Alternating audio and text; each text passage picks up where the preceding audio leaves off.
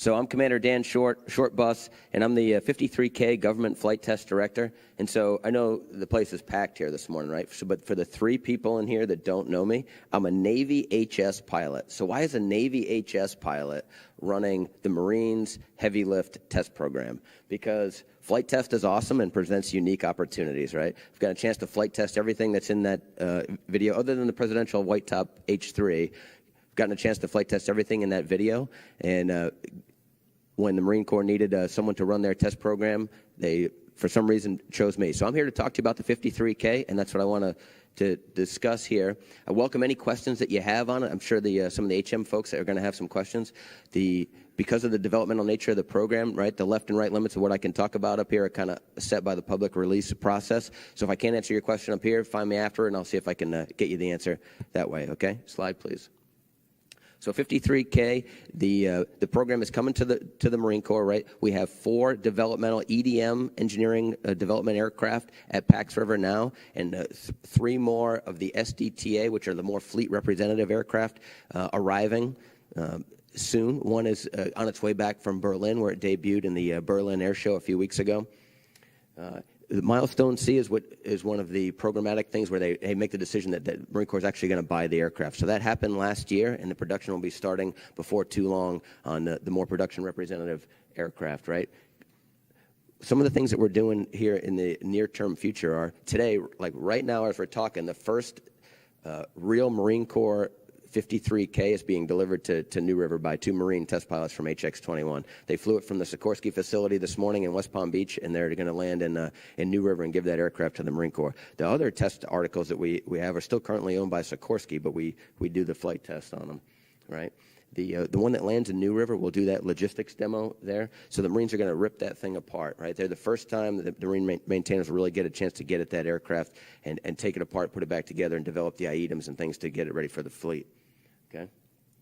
We're going to, hopefully, the plan now is to complete the developmental testing by the end of 2019. That's a tall order. There's a lot of work still to do, but we're working hard at it. And then it'll go to initial operational testing, right? So the Marines will really put it through the paces in a mission representative environment, and then it'll get out to the fleet, hopefully, in the next few years. Next slide, please. So by the numbers, what do you really care about here? The bottom part, how the K compares to the Echo, what it can do that the Echo wasn't able to do. And this is the real reason the Marine Corps is getting the K, and potentially, you heard last year at NHA, the Air Boss talk about the Navy was looking at the K, and so we'll see how those discussions go. The hot weight increase. Some Echo pilots will tell you, if you talk to them at the bar, they'll say, yeah, I don't know what all the fuss is about the K. The Echo can lift a lot of that. But for the Echo to lift some of those things, you need the pilots to be flying in their underwear with the low fuel lights on to be light enough to pick on any of that stuff up, right? The K can pick up those heavy loads and fly them for extended distances with the fuel you need to actually execute the mission, right? Okay, slide. So greatly increased payload capability. It has 3 cargo hooks, right? So obviously as 60 drivers, we're used to having the single point. Some of the big aircraft have dual point. The K has 3 cargo hooks, and that allows it to do, single points are generally easier loads, right? For the right weight load, a single point is easier, but if you need something really big or awkward to fly correctly, they use the dual point. So that's what the 3 hook system allows you to do. There's also planned to be able to actually carry 3 independent loads on the 3 hooks. And we're going to be looking at that in developmental testing here, okay? So one of the challenges in developing the K is that it is the same footprint as the Echo. So you've got to be able to get something that can lift a lot more and carry it further without making the airframe bigger and without making the rotor disc bigger. That's a tall order, right? So the 4th generation rotor blades are what help make that happen. Okay, a totally composite airframe, kind of like the V-22. That's where aircraft are going these days. So not an aluminum skin like we're used to with the H-60. Okay. Slide. What are we doing with the aircraft, right? So that we're taking the testing from the contractor facility down there in West Palm Beach, Florida, where Sikorsky built the aircraft and did some of the initial testing, up to Pax River. One of the things that we've been using for years down there in West Palm is this ground test vehicle. So that is more or less a 53K that is bolted to the ground that you might think, well, okay, all you're going to do on that is do some ground turns. But they fly the GTV, and I've flown the ground test vehicle down there to the point of, while it's bolted to the ground, pulling 130-something% torque and putting the stick all the way forward to put a lot of loads on the rotor head. Use it to really rack up the hours, cycling some of the dynamic components to evaluate those for the long-term durability and the maintenance piece of it there, right? And it's a great build-up before we're going to do something in the aircraft that's really going to stress some particular part of the aircraft. The drivetrain or the flight controls, we'd run it through the ground test vehicle. Then that ground test vehicle is going to get taken apart. It's actually happening right now, and sent out to California, and that's what's going to be used for the live fire testing, right? So we're going to get the thing out there running and put some rounds at it. The flight test vehicles, like we talked about, these 4 EDMs are now at Pax River. We're just about 900 hours into the developmental test program there. It's got some pretty impressive capabilities. The 207 knots, that's true airspeed, right? So it's not really indicated, but just under 200 indicated is what we've been able to do. And I mean, I've flown at 171 knots level, and it really is a smooth flying aircraft under those conditions. 40 knots sideward and rearward for a big aircraft, but here are the external loads. 36,000 pounds. We've routinely picked up 27,000 pounds, taking it to 145 knots. Right, so that's what the aircraft's designed to do, and it is doing that. We're continuing the envelope expansion now, so largely what we've done in the test program this far is kind of the heart of the envelope, right? The medium gross weights at the center CGs, and now we're getting to the expanded gross weights and moving the CG around in the envelope expansion. Okay? Slide, please. So auto jettison capability, the aircraft has this unique auto jettison. So like for the Echo drivers out there with the dual cargo hooks, when it senses a loss of the load there, right? In the Echo, if you're flying along with the load and it has the weight on 2 hooks and maybe you hit some turbulence or whatever, and one of the hooks gets light, the aircraft thinks, oh boy, you've lost the load, and it automatically releases the other hook, right? Because you don't want to have a weight that you decided you needed 2 cargo hooks for, only hanging on one and putting your CG out of limits and then ripping the cargo hook out of the aircraft and damaging the aircraft and potentially putting you in out-of-control flight. So the K has a unique system with this auto jettison feature that it does a better job of sensing if you've lost a load, but then it also makes a decision, right? So if you're flying along with a load on the two cargo hooks, and I'm going to show you a video of this in a second, it makes the decision whether, if one cargo hook fails, whether it can keep the load or not. And it calculates that kind of real time based on the load that it's feeling on the other hook and decides, yes, I can hang on to that thing with only one hook on it and let you bring the load back safely, or no, I'm going to get rid of it for you. And the pilot always has the choice to override that. Right, we did this Joint Light Tactical Vehicle lift, which is pretty mission representative, and it's a pretty heavy vehicle, so we'll show you that clip in a second here. And we've loaded the thing on a C-17 recently to get to Berlin, to go fly the Berlin Air Show. Okay, slide, please. Here's the auto jettison test I was talking about. If you could run that, please. Oop, that last one was a video, please. I think if you go back and go up, slide them, there you go.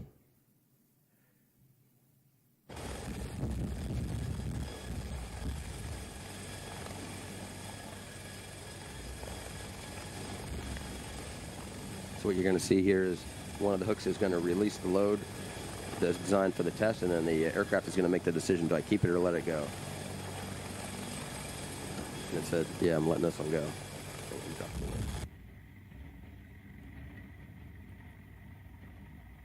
Sometimes it's fun to just drop heavy stuff, right, from 100 feet.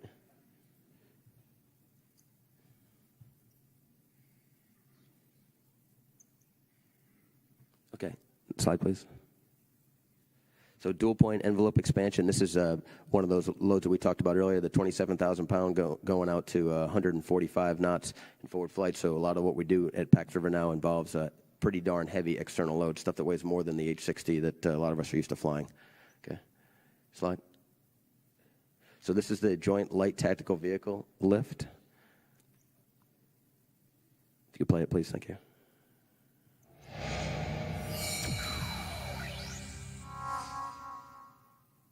There's nothing light about the Joint Light Tactical Vehicle. Today, we demonstrated the capability of the CH-53K, the Marine Corps' new heavy lift helicopter, to lift up one of our joint programs with one of the heaviest vehicles out there, the JLTV. We're starting to get away from Humvees, especially going in IED environments. We want bigger vehicles that are higher off the ground. So having the JLTV replace the Humvees eventually, being able to lift those and externally insert them is a big deal. So this vehicle is on average between 16 and 22,000 pounds. So in order to get that into in-theater or in other places where trucks or boats cannot get into, the aircraft will be able to take it in and put it in tactical, small, confined area landings. From my personal experience, just as equipment gets heavier and heavier, we need more and more lift to actually get everything where we need it. In order to do this today, we had HST, which is helicopter support team, come up from North Carolina. We had the vehicle come from the Army, so it's currently in test, so they were able to lend us an asset, which is huge.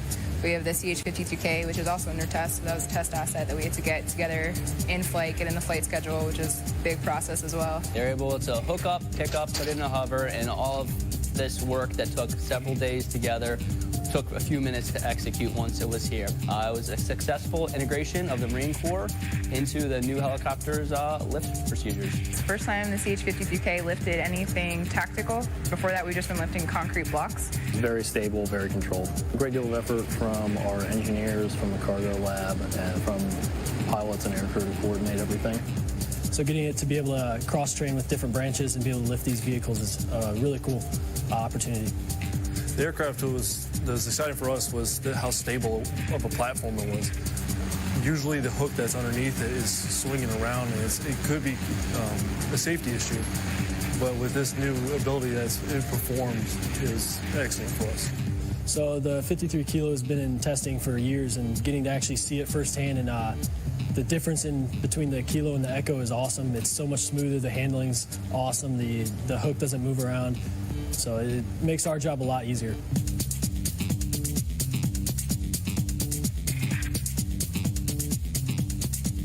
You can click the slide, please.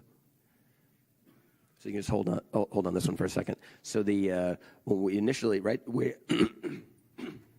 excuse me, we have an integrated test team with us and Sikorsky.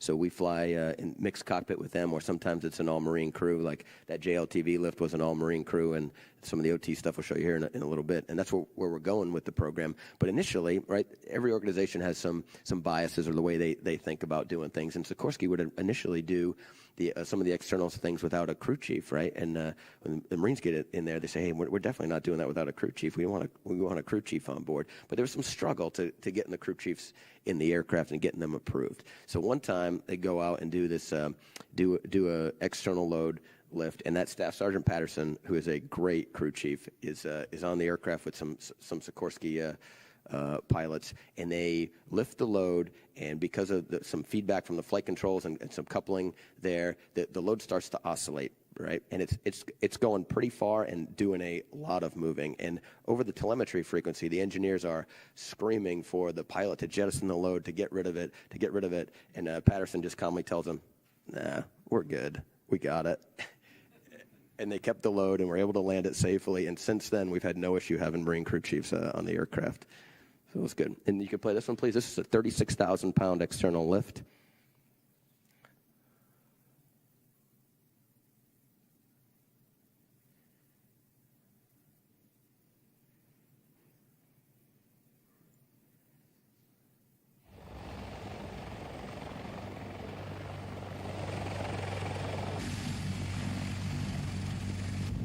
All right, Sam, we're ready for item 45 if you guys are set.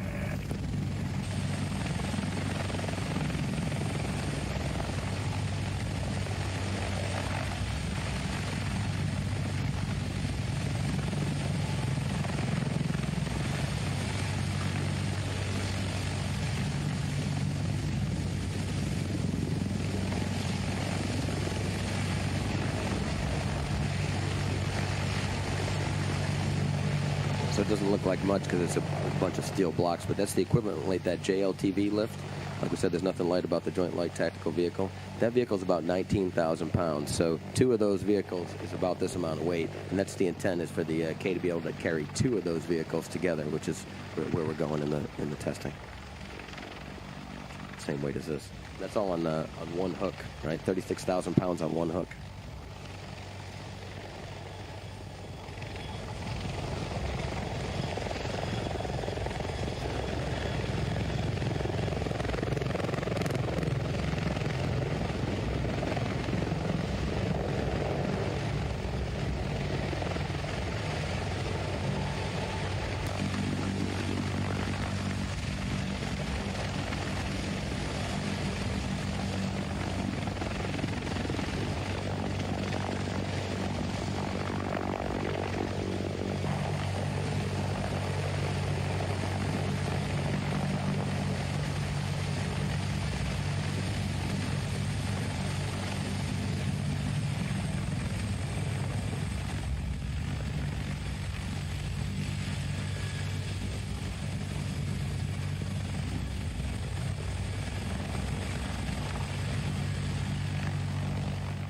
Okay, slide, please. So the C-17, it's not a small feat to get a 53K with the size of it into a C-17. So that's a couple of our test points, is to make sure it's ready for air transportability to move around the globe to respond to whatever we need it to do. So we were able to do that coincident with it going to the Berlin air show to fly there. So break the aircraft down requires taking off the rotor head, taking the blades off, taking the what they call the QCA out of it, and you can see the aircraft's pretty broken down here. Tail's off. Basically, the main transmission and the rotor blades are out, and then bring the aircraft into the C-17, which takes a lot of tender love and care to get it in there correctly with some help, but it certainly got in and out of there just fine. The aircraft has a kneeling actuator, so the Echo used to have to do a lot of strut servicing to get it up and down the ramp here correctly without it kind of what they call high centering, which is basically getting stuck here. And the aircraft now has a kneeling actuator, so you can very easily adjust that height and then bring the aircraft in and out of the C-17. We'll be doing the C-5 load here pretty soon, a couple weeks. Slide, please. Airwake survey, so you can push play on this, please. So fly-by-wire aircraft, all the inputs to the flight controls airspeed is a very critical input there, and those airspeeds get voted on by the computers and make some pretty significant feedback to the flight control. So we had some concerns we might have some issues behind the tanker, so we want to go check that out. So this is good, taking the 53K behind the tanker for the first time. It's not actually going to plug, but the whole point of us being here for this test is to see what the wake coming off the tanker and the drogue does to the pitot tubes that are on the aircraft over in this area. And a lot of coordination to make this happen, including getting a reserve tanker unit to bring the tanker down to us. And then we had to do some dry plugs in the Echo to get ready, so we had brought some 53 Echoes in to get ready to do that. Okay, next, please. OTB-1. So this is before the aircraft was at Milestone C and before the Marine Corps made the decision to really purchase it. They wanted to do a very small operational assessment of it. So this is a all-Marine crew flying it, and all Marines on the ground running it through part of what they'll expect to do here is more in the fleet. Hit play, please.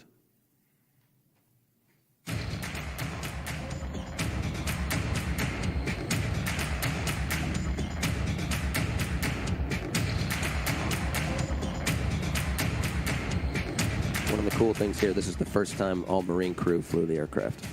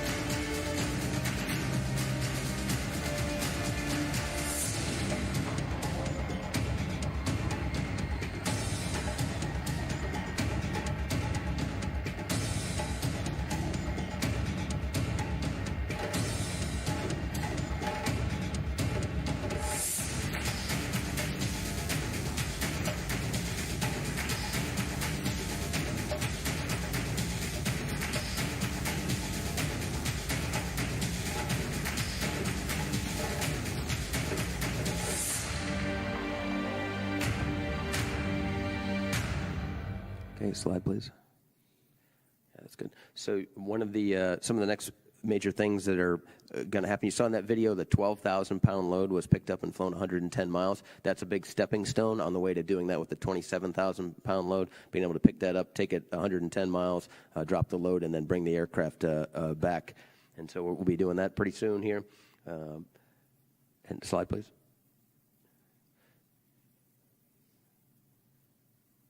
So we're going to continue to do the some of the main things we're doing in the upcoming time is continue to do the performance development and the continue to develop the flight controls for the fleet mission. Next, please.